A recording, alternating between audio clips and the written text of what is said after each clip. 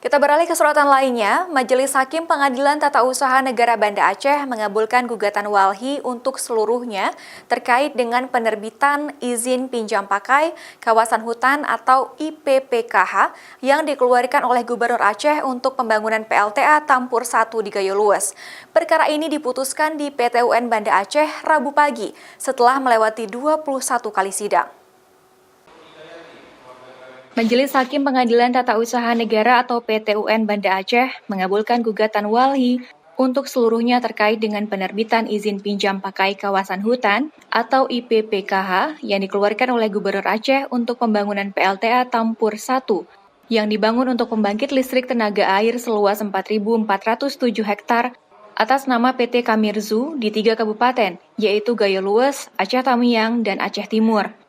Dalam putusannya, Majelis Hakim mempertimbangkan IPPKH yang diterbitkan Gubernur Aceh yang dihubungkan dengan UU-PA tentang Undang-Undang Kehutanan dan aturan pelaksanaannya bahwa Gubernur hanya berwenang menerbitkan IPPKH untuk luasan lahan paling banyak 5 hektar dan bersifat non-komersial.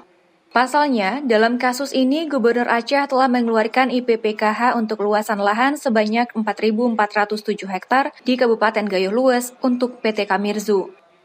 Awalnya memang sudah kita sampaikan, tetapi terkadang perlu diuji. Jadi hari ini saya kira menjadi contoh bagi semua teman-teman perjuangan lingkungan untuk terus berupaya dalam rangka menyelamatkan lingkungan hidup, terutama terkait hutan dan lahan. Setelah menguji dalil hukum yang diajukan oleh penggugat, Majelis Hakim memutuskan bahwa Gubernur Aceh tidak berwenang menerbitkan IPPKH. Selain itu, Majelis Hakim juga mempertimbangkan penerbitan IPPKH bertentangan dengan pasal 150 Undang-Undang Pemerintahan Aceh. Ini adalah putusan yang sangat tepat dan dari beberapa dalil yang kita kemukakan di muka persidangan, alhamdulillah hari ini Majelis Hakim mempertimbangkan hampir keseluruhan apa yang kita dalilkan.